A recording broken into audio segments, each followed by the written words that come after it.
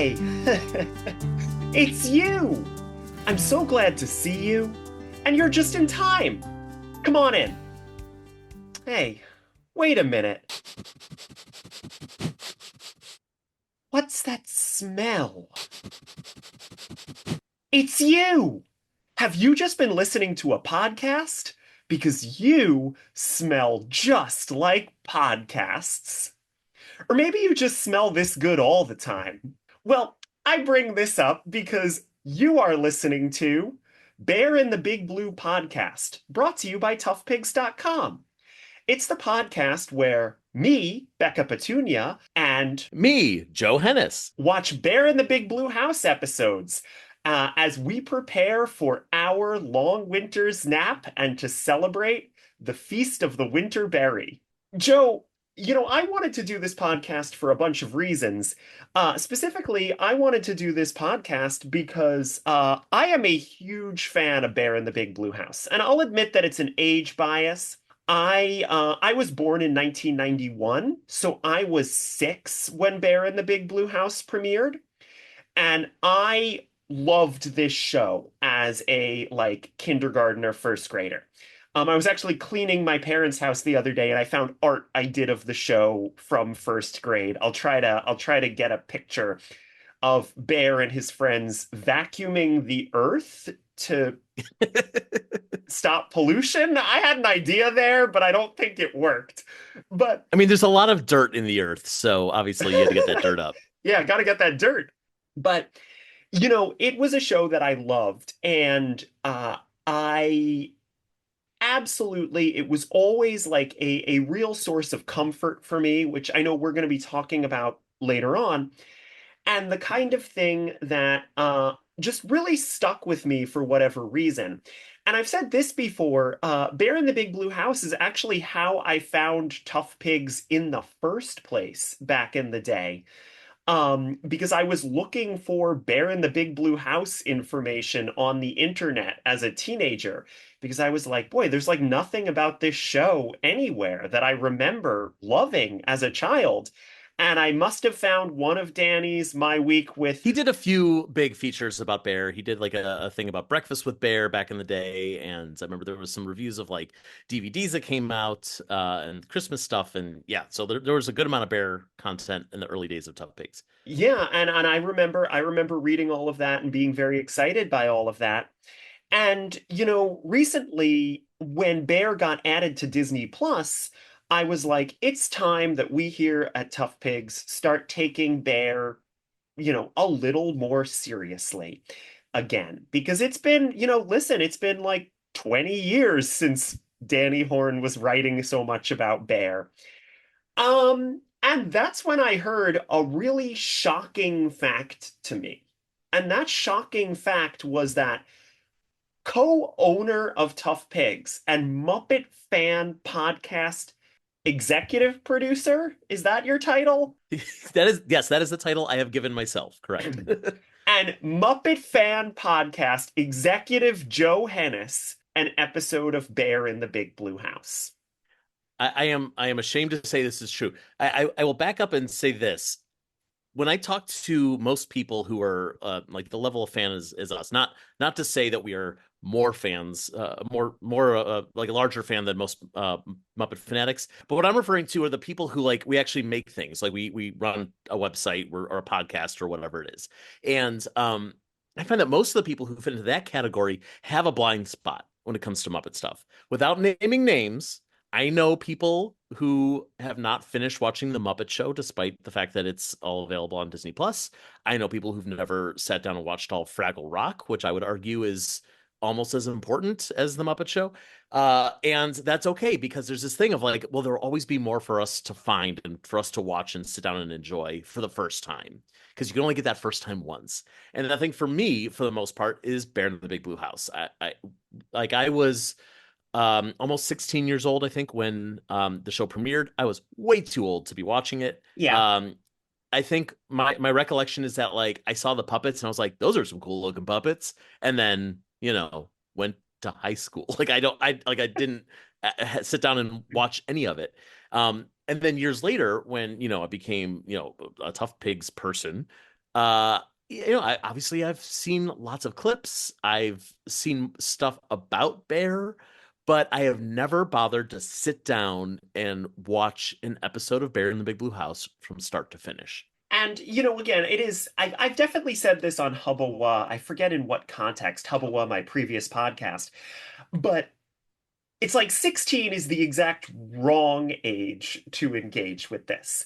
Absolutely true. I think little kids, like when I was 6, I was like, yeah, this is for me. And this is supposed to be for me.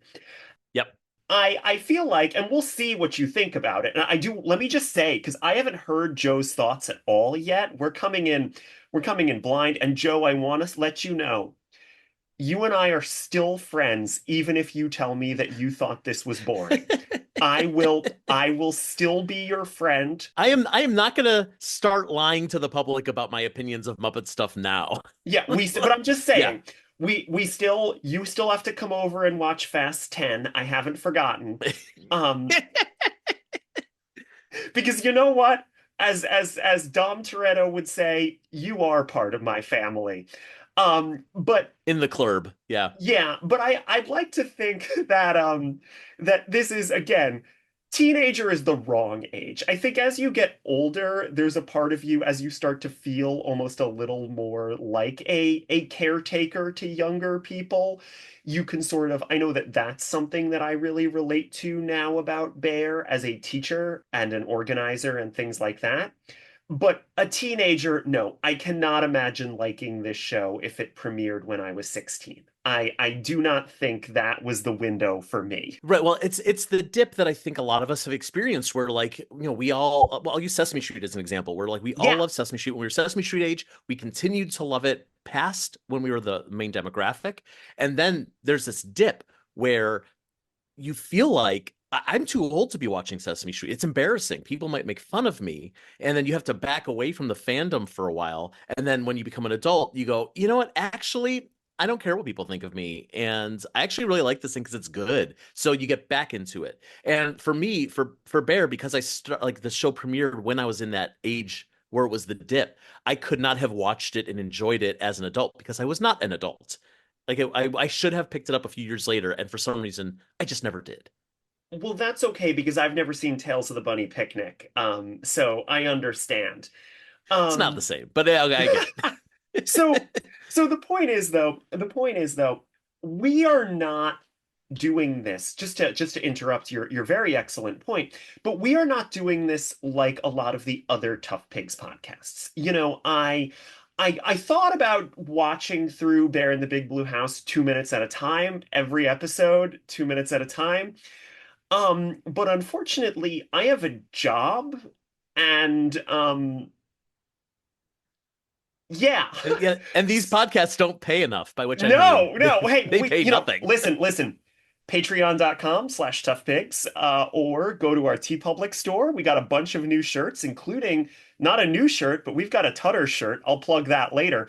But anyway, the point is, I wasn't gonna do that. We talked about maybe doing it more like episode by episode, kind of like Fraggle Talk or Fraggle Talk Classic or, Muppets Mayhem, although that had the benefit of having the puppeteers on.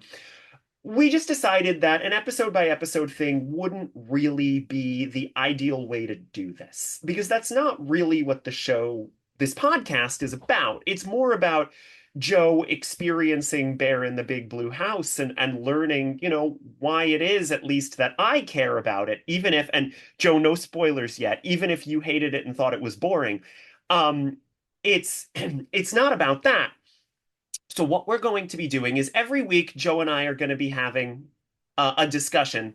I should say every week for the next 4 weeks. This is a mini series. If you guys like it, we can bring it back, but it's a mini series. Joe and I will be discussing using 2 or 3 Bear episodes as a springboard for discussion.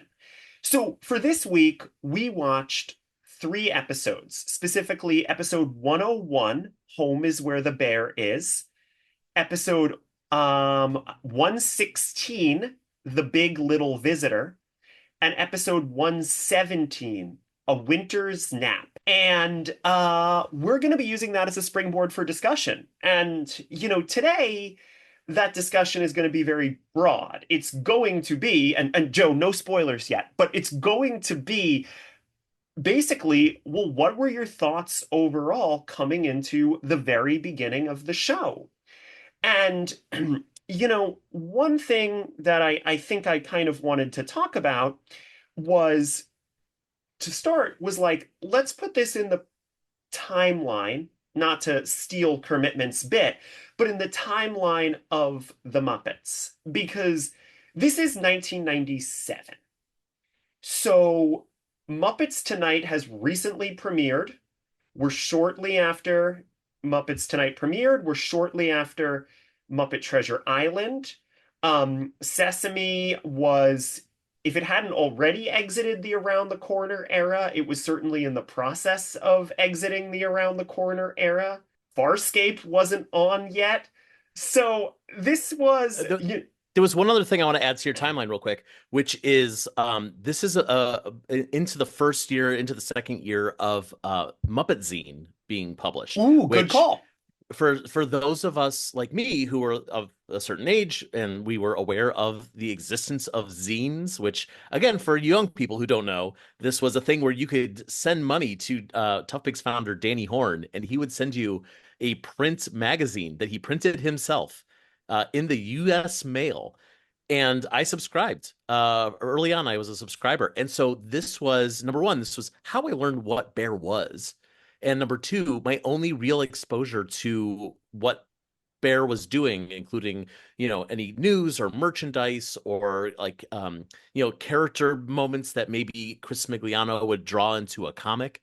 That was it for me. That's all I knew about Bear was coming from Muppet Scene because, Bear aired on the Disney Channel, right? Originally. Sure did, And sure did. I didn't have the Disney Channel back then, so I wouldn't have like come across the show either. Um, but yeah, so from a fandom perspective, we had Muppet Scene, and that was it. And I am just confirming with Muppet Wiki right now. Hold on, I'm getting a call from Muppet Wiki. I'm getting a call from Shane. Um, Tell him I said thank hi. Tell him he owes me $5. Shane, $5. Um, 1997 was the final, or 1998, the Sesame season that started November 97 was the final Around the Corner season, and it's also the Slimy to the Moon season. Um, There's a so lot of good Muppet stuff happening in this era. Like we often talk about how the '90s are kind of a dark era for the Muppets, but like really not true. You're looking at this year in particular. yeah, and a great year for Lynn Thigpen. I love Lynn Thigpen. That is a hard name to say. Lynn Thigpen. She was on Sesame Street recurring as a recurring character this year, or 1998 she was. But anyway, the point is, one thing that I was thinking when I started this was how Bear, again, you're right, there was a lot of quality stuff because again, Muppets Tonight maybe is a mixed bag, but like we certainly all loved it at the time and were so excited to be getting it at the time. I think some of it hasn't held up so well. That's obviously a discussion we've had a million times. And a discussion for another podcast that we will get around to Oh, I'm at some sure point. we'll get Yeah. around to that one because it Yep. feels ripe for doing. Um, and Sesame Street, the Around the Corner era was maybe a little weird, but I'd say season 29 with the slimy stuff is one that's remembered very fondly. Um, but one thing that I think is Bear really, and I was thinking this, and I'm curious actually, before I get into what I think, let's hear about what you think. How does Bear kind of compare to those other eras of Muppet things? So I feel like there's several different ways that we could be looking at this. There's, the key demographic of like does this show mean to kids of this era that I try very hard to look at, just for the context of like this show is not made for me, but I can still appreciate it on another level. There's looking at it through the lens of like is this something that I do like? Being the type of person that I am today, as an adult, as an adult Muppet fan. And then the third is the one that I really think I chose to look through the most, is the lens of the technical and background of all the puppetry and the design work and the writing and things like that. And I think technically speaking, and we'll talk more about this, I'm sure, it's phenomenal. Like the mix of like interesting, intricate puppetry work and very, very simple, like it's just a rag on someone's hand puppetry. And the set design I just mentioned, I really think is spectacular. The music is great. Like all the pieces are put into place to make this a quality show, and I very much appreciate it for that reason. Um, but going back to those first two lenses of looking at it through the lens of a child and through the lens of an adult watching it now, the thing that I feel like I'm comparing it to most, which I think is unfair, but it's sorry, this is what my brain is telling me, is I'm comparing it to Fraggle Rock, Sure. which is a show that is made for kids, but if you're an adult watching it, it hits you in a different way. Not in the same way that Sesame Street is, where it's like we're teaching about the number seven, but also we have a little joke about Columbo. It's like that's two separate levels that are separated that makes Sesame Street, classic Sesame Street, really lovable. But Fraggle Rock, it's this gray area that everyone can find something to love about it. And Bear, it hits those notes of that same kind of gray area where everyone can like this. And then it'll do something that's like, hey, just reminding you, this is not for you. This is for children. Yup. And those are the moments that took me out of it where I'm like, all right, I'll wait until you're done talking about like the four seasons because I know what Yup. those are already. Yup. You don't need to tell me. And because I'm waiting for like Tutter to come back and say something funny. Yeah. Now, so like let me just start because I feel like the thing that you're specifically talking about, and I was going to save this for later, but you're absolutely 99% talking about Shadow, aren't you? Oh, so no, actually, we Okay. have to get into the whole Shadow thing. I know what you think of Shadow, and I know what Danny Horn thinks of Shadow, and I was trying so hard to come into it with like not no pun intended, a blank slate. Yeah, just like Shadow. Girl ain't got no face, as Danny Horn once said. No Or was face, that only Kaiden? It one. was one of them. But Shall we okay. talk about Shadow? Do you want to save it? No, It's up to no, you. well, that's a teaser. That's a teaser. Okay, But yeah, good. I Yeah, think that's a really great point because I do think, look, Fraggle Rock is by far, I said that I love Bear, but Fraggle Rock is by far my favorite Muppet thing. And for those of you who can't see me, which is everybody except Joe, I'm literally wearing radish earrings right now to this recording. I didn't receive these as a gift from my wonderful sister because she knew that I loved root vegetables. Um, but I I definitely think that Bear is 100% more more kitty than Fraggle Rock, right? And certainly more yeah, kitty than the yeah. Muppets proper. Like that is unquestionable. I Right. think it is an interesting comparison with Sesame, and I think much like Sesame, again, and you think about how with Sesame Street, especially Sesame Street of this era, we can think of all of the good things, but also, you would get like maybe, I mean, like, we're not too far off from Elmo's world at this point, too, where it kind of feels like, yeah, we're waiting for, Telly to say something funny, but there's got to be a lot of information about the Four Seasons first. So I think it's similar in that regard to Sesame Street of the era. But one thing that I really like you said, not only about the technical level, which I think is incredible, and some of the most like compelling like puppetry on sets that we've really seen from the Muppets. I think honestly outside of Fraggle Rock, it's probably, and I guess outside of stuff like Dark Crystal where it's, a completely different animal, but like I think it's really compelling puppetry and I really like how much quieter it is than a lot of the other 90s Muppet things. And that was one It thing I is was thinking about. it is very cozy. That's the word I kept thinking. It's cozy. Right. I mean, this is a completely self-contained show. And we're going to get into characters in a second because I think talking about what you liked and disliked about these characters is going to be crucial. But like this is a show that has basically you can count on one hand the amount of characters, plus then two if you're going to add on Shadow and Luna. It's not a lot of characters, and you watched the one that adds Grandma Flutter, who again will appear like twice a season moving after that. Not a ton. And it takes place again for at least the first three seasons, and the fourth season, which I don't really truck with, takes place entirely in this house and in the backyard of this house, which we saw a little in A Winter's Nap. And that's it. And I think compared to, you know, like Fraggle Rock being like, we can explore anywhere, and like Muppets Tonight being like, and guess what? There's Codependence Day, and we built a Muppet that looks just like the Xenomorph. And just is carrying a lot of weight there, but you know what I You're right, mean. yeah. And I do. but this is like there are these guys, and there's five or so, six cute puppets who live in an adorable house, and that is it.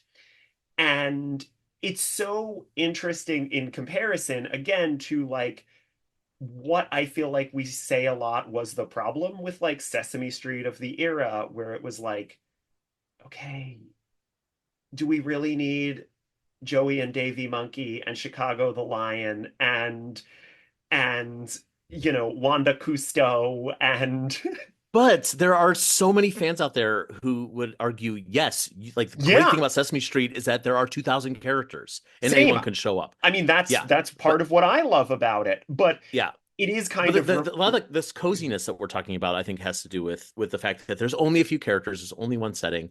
I mean, I want to talk about these characters. I don't yes, want to please. stray too much, and we can start with the Big Blue House because the Big Blue House is a character on the show. Let's be Yeah, honest. it's the Manhattan. If Bear in the Big Blue House is Sex in the City, the Big Blue House is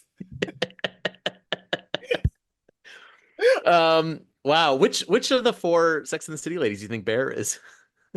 Such a Charlotte, am I right? I don't know. I think Bear has to be Samantha's the main character, right? Yeah, but that doesn't mean he is a Samantha, you know? I think they're all Charlottes. I think this is a Okay. show full of Charlottes. Anyway, so yeah, So yeah, so the Big Blue House. So yes, you asked about the idea of it being a single setting, and we don't stray from that single setting. And as someone who works in children's media, hmm I actually think it's a fantastic idea because you really are limiting. I mean, same as Sesame Street. Sesame Street for so long, with the exception of the like the inserts, was just on this one city block, and that's it.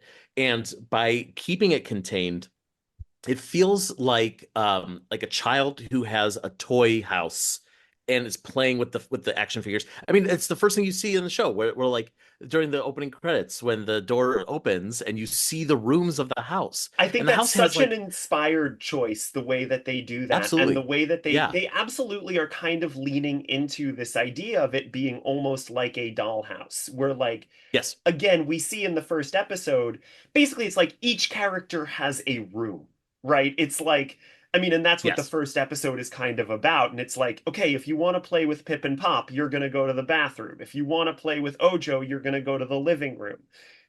And You know, when I went to the bathroom to play with Pip and Pop, my parents told me not to do not to do are we leaving that in? that. Well, here's the thing. Yes, leave that in. That's a Yeah, no, I filthy will. I joke will. that If you listen, you're the producer. yeah, I don't care. But yeah, so like yes, and also, and this is something that I always love seeing in any kind of media, TV or film or whatever, is when there's a respect for the geography.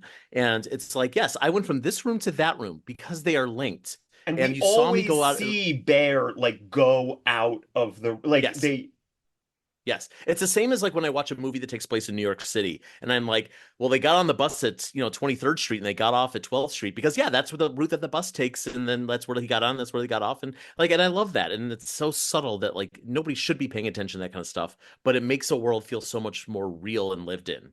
Yeah, I mean, and it's absolutely like the way the house is decorated is again so cozy, but also like so specific. You know what I Hmm. mean? Like, Yeah, again, it could really only be the big blue house. Like, right. and it's funny because, we talked about watching, and maybe we'll watch it for a future week. We talked about watching the pilot. And I actually watched the pilot. I know, Joe, you didn't get a chance to, and I'm sorry to call you out like this.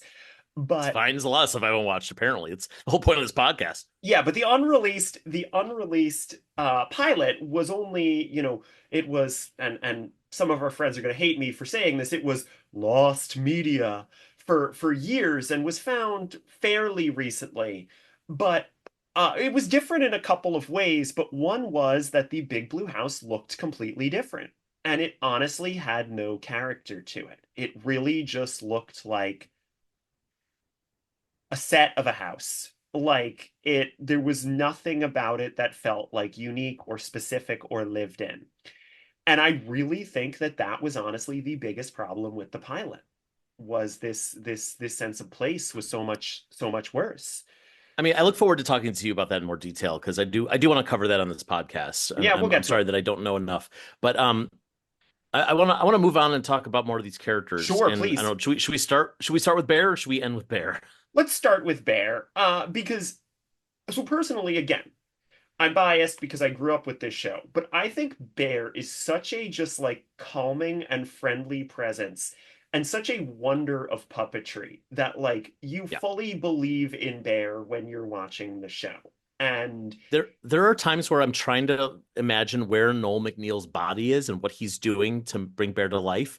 And like there's like a second where I can be like, okay, his legs are here, his arms are there, whatever. And then a second later, it's gone because Bear's alive.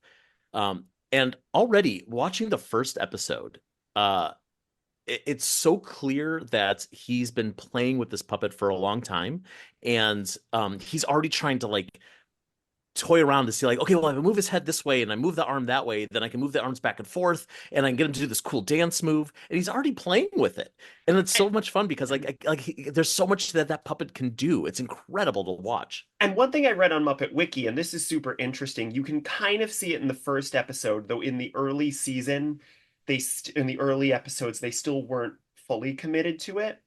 But Noel McNeil didn't like getting down on his knees in the bear suit. Not because it was difficult, but because he said that's not how, and I was reading this on Muppet Wiki. Noel said that's not how a bear would get low. A bear would get low by getting on all fours. And there's at least one moment in the pilot or in the premiere episode where he's talking to Tutter and he gets down on all fours. And then every other time he squats and like Pip and Pop come around the sides.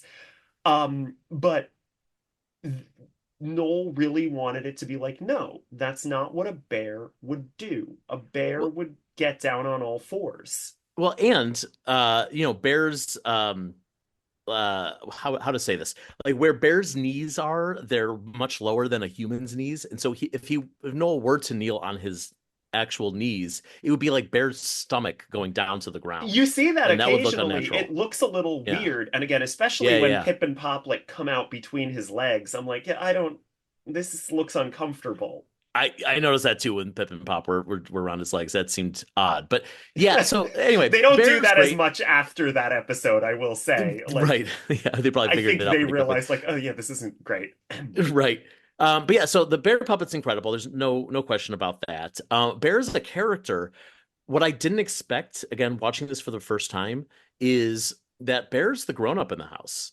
Like I didn't think that Bear would be the voice of like parental guidance. I thought Bear would be one of the kids that like, oh, we all live in this house together, but it's like, no, he's taking care of everybody.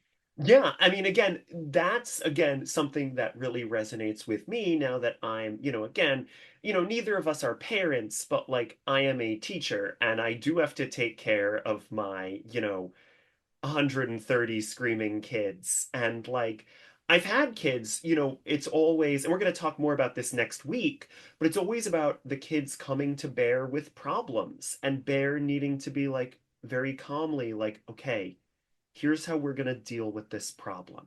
And like that's Yeah. going to be our theme in the next episode is like that structure and that pattern and how that works. But And another thing too, not just to say facts that I read on Muppet Wiki, but Noel was specifically told not to do a voice as Bear. And it's just Noel McNeil's voice because they were like, Bear needs to just sound like a friendly grown-up. He doesn't sound or act like a cartoon character. He doesn't sound or act, again, Big Bird is like, got his high pitched voice. He doesn't exactly sound like Carol Spinney, but Bear, they were like, Bear's just a nice adult. Well, and Big Bird was is well, not the original Big Bird because Big Bird was originally supposed to be like a goofy character, but once Big Bird was established as like one of the kids, it makes sense that Big Bird has a different kind of voice because he's one of the kids, just like any of the other characters in the Big Blue House. But if Big Bird was supposed to be the adult on Sesame Street, then that would have been odd to have it be a silly voice or a gruff voice or anything else because that's not, you're right, it's not as comforting. Yeah, it is again very cozy, and Noel has such a cozy Oh voice. yeah, I no, listen to him talk all day. Noel's the best. And Yeah. again, so just building off of that, I feel like going into other characters again, because again, I we could talk for hours just about Bear, and that's why we have other episodes coming up. Yeah, I'm sure we'll But get like, back around to him. His yeah, name's but in the like title. his name's in the title, it's true. He's big. You're big, Right. Bear. You're big. But I think if Bear is like the realistic grown up, I feel like Ojo is the realistic kid. And I think that makes Ojo sometimes as adults watching maybe the least interesting character. Yes, this Like, was this was my notes about Ojo is so I have a pet peeve, and I feel like you and I have talked about this before, but my pet peeve is on kids' TV shows, especially the ones that have a lot of very interesting, colorful characters, like this or Sesame Street or Fraggle Rock or whatever it is. One of my biggest pet peeves is when a child character can be described as they're a kid, because that's not a character trait. That's that's a demographic. That's an age. And so Ojo, at least for these three episodes that I've seen, yeah, maybe Ojo will evolve. I'm excited to find out. But for now, it's just like, okay, you're a kid, and like, there's nothing there for me as an adult viewer to be like, oh, I can't wait for you to do that funny thing, or I can't wait to see you, when you get paired up with that other character, and then there's going to be a plot point that will get me invested. I It's will just like, say no, okay, what they you're making a fort with pillows like a kid would do. Okay, let me know when you're done. what they're gonna do is Ojo is imaginative, and we're already seeing that. And Ojo is also very particular, but in a different way than Tutter is. Honestly, Ojo is best when she's paired with Tutter, and we didn't really see that duo because they're similar in so many ways but different in others. But I 100% agree that Ojo is unfortunately the most boring character because, again, it's like, yeah, that's what a kid would do. Like, yeah, you're right. A kid would build a fort and be like, Bear, let me tell you about the fort. It's got a doorbell. And like it Right. it does. Yeah. No, yeah. No, yeah, you're absolutely right. I can't disagree with you, I guess. One thing that I do want to say that, I was talking to my spouse, who again, I got into Bear about a year ago, and it really resonates with them for whatever reason. But we were talking about how Bear and Ojo and also Pip and Pop uh, are what we call like Emmett Otter style puppets. And by that I mean they've got those like black little eyes that make them look more like a real animal and more like a teddy bear or something like that, as opposed to like Tutter and Trilo, who have these very much classic Muppet Show Muppet eyes. And it's interesting that this show kind of has a mix of both, but it feels like in a lot of ways there is, not to say that it's as good as Emmett Otter, because I don't think anything is as good as Emmett Otter, but like it feels like there definitely is some Emmett Otter roots here that they're stemming from, with like it's just characters living a cozy life and and being kind. But Yeah, that's a good point. I wonder if at any point there was a conversation about taking the Emmett Otter characters or some variant of them and like turning them into a series in that at that time for Jim. And if so, if it would have been something like this. I I don't know. wonder if it would have been tough because of the ownership stuff with the book. Well, but that's what I mean by like like taking the vibe of them yeah. and saying like, oh, we really like doing this production. Let's change their names and make our own thing so we don't get sued by Russell and Lillian Hoban. Wow, great pull there on the authors. Thank you. But so I read books. I know names. real quick, some of the other characters, like so Pip and Pop, I love because I enjoy it when Pip and Pop are on stage. Again, they feel very much to me like Sesame Street characters in that regard, that they do occasionally teach you things, but they mostly exist to be silly.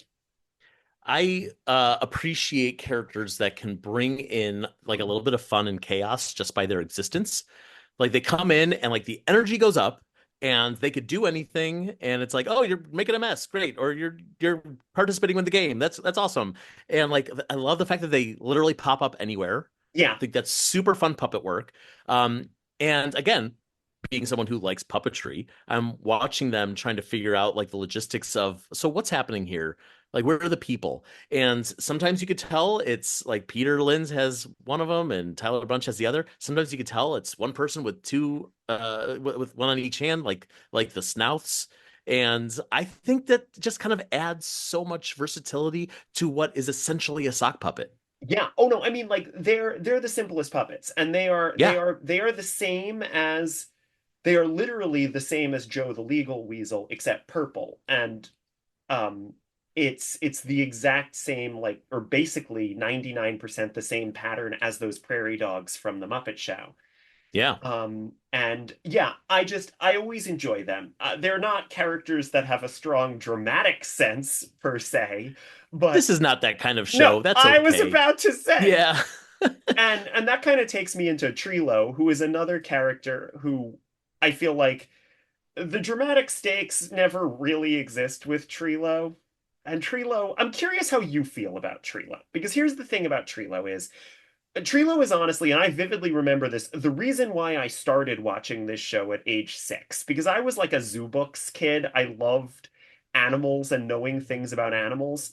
And I remember my dad, who is obviously a big Muppet fan, you can hear him on the Pops episode of 70 years, 70 Muppets, um, telling me, and like he must have read it like in the, in TV Guide or something, being like, there's a new show by the Henson Company coming out, and one of the characters is a lemur. And me being like, I gotta watch this if there's a lemur in this show. Big lemur stan over here. Oh, I mean, I've got a plush lemur right there, and with all of my other plush, he's laying. You can't really see him so well, and that's at Joe. Nobody at I home can believe see you. him at I believe all. you. That's a lemur. Yeah. So here's the thing about Trilo is the Trilo introduction in this first episode comes immediately after Pip and Pop, and Pip and Pop are, as I said, the thing that I liked about them in that moment was like, oh, it's chaos. They could do anything. They could jump out of the window and whatever. And then we meet Trilo, who's literally doing the same thing that I just complimented Pip and Correct. Pop for, literally jumping in through a window. And I was like, okay, well, I'm not really sure why we need Trilo because we have Pip and Pop. And then Trilo speaks. And this is the kind of thing where I can totally see why they made this decision. I I could see loved why this as a kids, child. I will yeah, say I this can right totally see why now. kids would love it. And I thought, oh, I'm gonna get real sick of this real quick, real quick. Because it's also the idea of like I don't like the voice. I'm gonna be honest with you. I really don't like the voice. So it's already nails on a chalkboard. But it's on top of that, every time Trilo speaks, she, right? She's No, female? Trilo is a No, male? boy. It's a boy. Okay, just still getting It's used to it's genders fine. for each of these characters. It's Um, Trilo has a high-pitched voice and like has no characteristics. I yeah, definitely that thought Trilo was a girl for a while as a small child, like sure, watching yeah. the show for the first time. So yeah, so every time Trilo speaks, he has to be like his words has to be translated by Bear. So it's that thing of like blah blah blah. Oh, you want to go outside? Blah blah blah. Oh, you want to go on the slide? Blah blah blah. Oh, I'm repeating it again, and it's just like they're just adding so much time. Can you just Yes. go already? I think Trilo is very cute. I really like the puppet. I do like how it's performed. One thing, and I was talking to my spouse about this, I love is that, like, I don't know exactly how it's built, but Trilo's ears are always vibrating. I don't know if they're like attached with a spring, and it makes I him. noticed that too. I wondered if it was like some kind of sort of fabric that just vibrates every time there's a little bit of movement with the Yeah, puppet, as opposed to like an actual mech that like or a I string don't that you think have it's to a pull mech, you manually. know what I mean? Like, Well, but by mech I yeah, meant like anything, like even a string would be a mech, but like yeah. something that you have to do manually.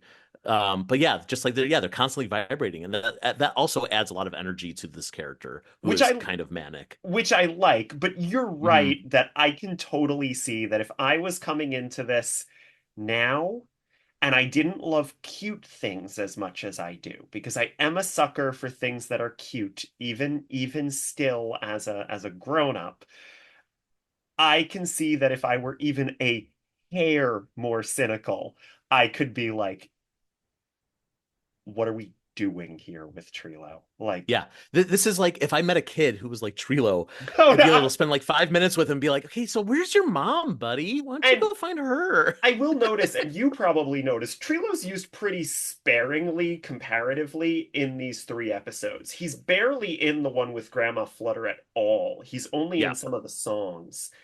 Um, and I think they realize that Trilo, he's got a couple of moments where he kind of carries the plot. In episodes we're probably not going to watch on this podcast, so don't worry. But but as a whole, I think they kind of realize, but it is strange because I do think Pip and Pop do his job better. Um, Tutter the Mouse, who is, I would say, certainly the most popular Bear in the Big Blue House character at this point. Character find of 1997 is Tutter the Right? Mouse. Right? Tutter is great. So here's the thing. Already, like when you see Tutter and Bear in a scene together, It's and so Bear is good. this huge, beautiful puppet, like larger than a human that can do anything. Like the eyes move and the body can move, and both arms and the head can go up and down with that weird joint that's kind of on his back. And Tutter is just this teeny tiny little hand puppet, and not just the size, just like just generally speaking, how different those two puppets are, and getting them on a screen together is beautiful. And they don't really use tricks. I mean, like, obviously they use tricks because it's puppetry, but I mean, like, we were talking actually on the Tough Pigs Discord the other day about like, and actually it was on Moving Right Along as well, but like when Gonzo and Rizzo are on the screen together, and you just have to be like, Rizzo would be smaller than he appears, but like they need them in frame together. Tutter is always on something when he's on the same like on the Right. same screen as Bear. He's on top of the fridge in the Grandma Flutter one, or he's in the drawer or on the table. He was, in the They fruits don't use that basket. Muppet trick of the brick wall where there's a wall and then the characters behind it, and you're not thinking about what they're actually standing on. Every other Muppet project does So that. you like are always so Yeah. aware of how much smaller Tutter is than Bear. And I Yes. think Peter Linz does such a genius thing, and obviously I'm sure the writing as well, but like where Tutter is so loud and abrasive to Okay. Yeah. contrast with the fact that Bear has such a gentle, soothing voice and is so Yeah. big, and Tutter is just screaming at 100% always.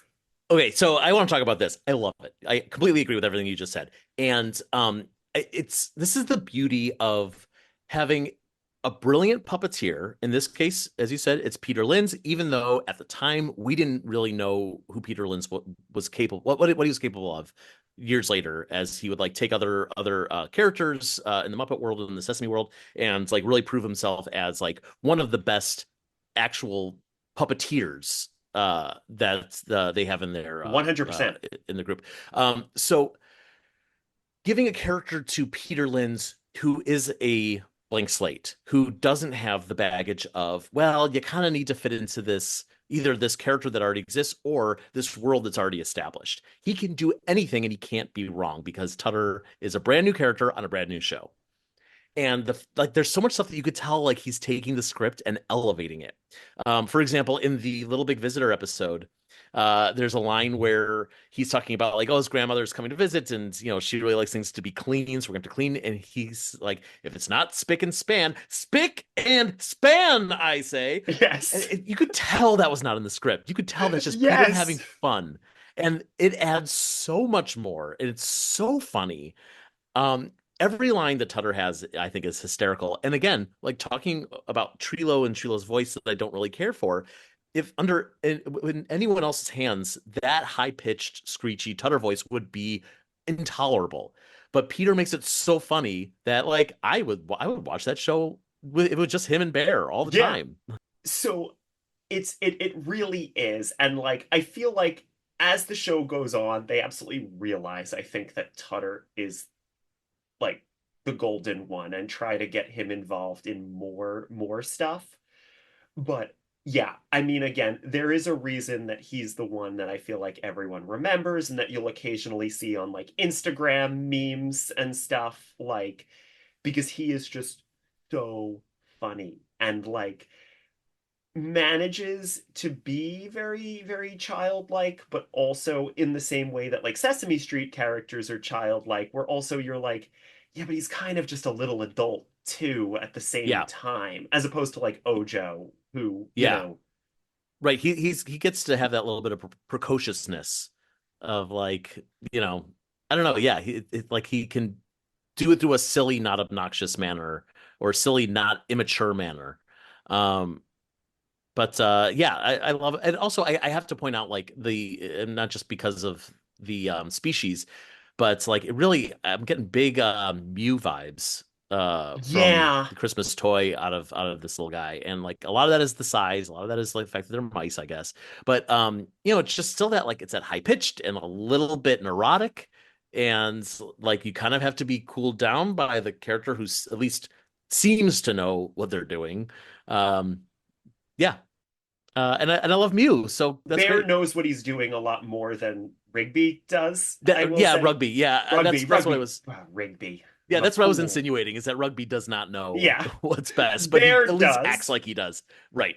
But um I like, and Bill Beretta has talked about this with Pepe, where it's like because he's small, he has a chip on his shoulder. And I think Yeah. that's absolutely what they're going for with Tutter as well. Like Tutter feels like he needs to be loud and needs to be abrasive and repeat himself and all of these different things because he's so worried about being overlooked at all times.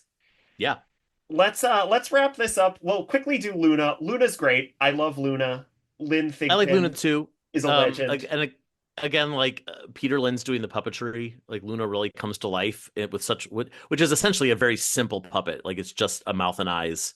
Yeah. And really, we I hate to say we skipped a character. We did not talk about Shadow. Oh, no, no, no, no, no. I'm saving Shadow for last. Oh, you are? Okay. Sorry about that. Yeah. I want to do Luna real quick. Also, Grandma Flutter, you didn't see much of, but I love Grandma Flutter because she's a great tradition of a different puppeteer doing an impression of another puppeteer's character.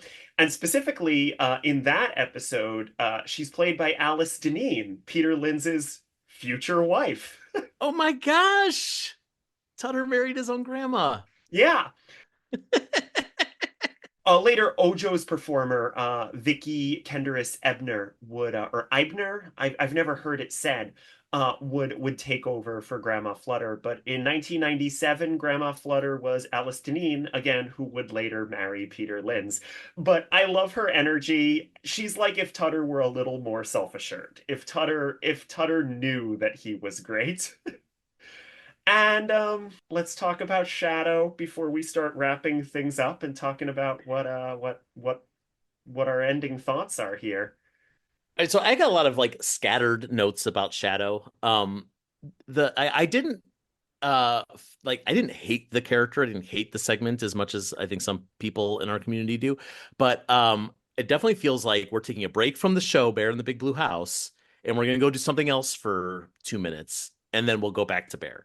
Um, I get like still technically they're puppets. They're even though they're shadow puppets, so it does fit in the world a little bit, but not enough. And I'm sure the big reason is because not because of the visual format as much as the fact that like Bear's the only one who interacts with Shadow, at least in these episodes. And in I think it was the third episode that we watched, Winter's Nap. Um, Everyone's outside. No, I'm sorry. It was in the second episode, Little Big Visitor. Everyone's outside. They're plucking weeds and stuff Yeah, like they're that. weeding the And bed. Yeah. yeah, and Bear's like, oh, now that everyone's busy, let's go see if we can find my friend Shadow. Which made me think, is this Bear's imaginary friend, or is Bear the only one who can see Shadow?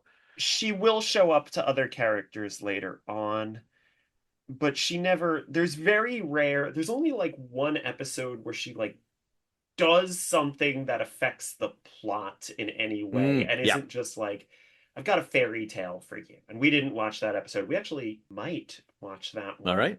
soon. Well, in But any case, yes, it really is like the let's take everything, let's take away from the action so we can go hang out with someone else I that is just not as interesting. I Um, like Shadow a lot. She looks great, even if, again, as was the old Tough Pigs joke, girl ain't got no face. She looks great. I love the way like that they superimpose her on the wall, always like looks really believable. I like that she's kind of like she's Irish and I feel like she's kind of supposed to be like a fae, you know what I mean?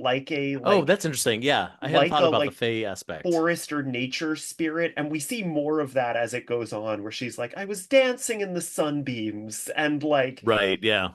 and I like that in the sense that I'm very into like media about that. I think what it comes down to is I just wish that A, it didn't feel like it slowed things down every time. B, it's like, I mean, you want to talk about, we need to talk about the four seasons. We need to talk about there was an old lady who lived in a shoe. Like, Could tell like with the like they're trying to add a little bit of humor and a little bit of characters into that the shadows segments because they're it's not just like a fairy tale or they're not even fairy tales. There's not just like a little poem or whatever. yes. uh it is like there's a little bit of humor in there, but there's only so much room where you can fit that stuff in without adding to the time. And they tried, and that's fine. I don't think it's unwatchable. But I want to talk about the fact that she's Irish, because I didn't pick up on that until the third episode, and I wondered if she had an Irish accent the whole time or not. Maybe she didn't. I didn't notice. She's certainly accompanied by Irish music the whole time. Her little theme Yes, is Irish. I noticed that, which I mistakenly thought was bluegrass at first, which I was like, oh, that's fun. And it's like, oh, it's similar. It's like an Irish jig, Yeah, with a little bit of again, fiddle. it really feels like they're vaguely trying to do like she's like a fairy or like, Yeah, a nature spirit. yeah, as all Irish people are, as we Well, know. no, you know what I'm saying. Yes, I do. Of course, I do. Yes, yes, yes. Listen, listen, listen. My spouse is a truly magical person. So, As is mine. Are they both Irish correct. background? Yes. That's why Confirmed. I brought this up. Yes. But yeah, I wish that she did more, and I definitely think that we're gonna watch one of the more shadow focused episodes next time, which was my plan, not just because we need to settle the shadow debate, but was my plan for other reasons. I think that that'll be good. It's frustrating sometimes. I do feel like rewatching these episodes for the millionth time, I fast forward through it when Shadow is on screen. Yeah, legit. Yeah, that makes sense. Because you can. You're not going to lose anything. But that was honestly, I think most actually, was that all my questions? I think so. Did you have anything you wanted to ask about this episode's in like specifically? Because I know we don't really have time to get into all Yeah, three, but I mean, and we didn't really like I didn't really plan on that. I know we're hitting about the hour mark right now, so that worked out great. But yeah, so overall, I mean, again, I enjoyed rewatching these. I think the show does still have a lot of room to grow, even if it's not really going to. Again, I mean, it expands past the house in season four, but I don't like season four. It wow. You don't like the expansion? They added an attic, and you're like, nah, too many. This big no, house is getting too big. they go to the town. In season four, they spend a lot of time in town. And I don't know, there's something about it that I feel like when it loses the coziness, it loses what makes it bare. But But either way, like it still has a lot of room to grow, and we're going to see some of that as we keep going. And, next week we're going to talk a little bit more about some episodes with a focus on sort of that coziness and that theme of coziness and togetherness as we sort of deal with, a very stressful time in our lives right now. So I'm looking forward to seeing your take on that and your take on some later episodes of the show when they sort of have figured out what works and what doesn't about these characters. Um, Even if I don't think your problems with Trilo will ever be solved. Um, but This is for me and Strelo to duke it out later on. This is not, we don't need to get into it on the podcast, but we're going to have but words. I Even though think those as are unintelligible words. yeah, I was gonna say half of them are. God. But as a whole, are you glad you watched these three? Oh, absolutely. I mean, this is like I said at the top of this podcast, like part of the unintentional joy of there being things that we haven't like gotten around to yet as Muppet fans is that like there will be a time in which you get to enjoy this for the first time.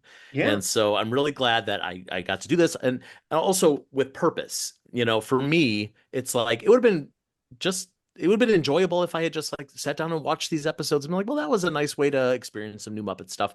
But more so that like I got to watch some episodes and I got to sit down with my friend Becca and talk about them a lot. Yeah, it was really a pleasure to talk about them with you. And you know, thanks to you guys too for this, because it's always really special when you guys come to visit.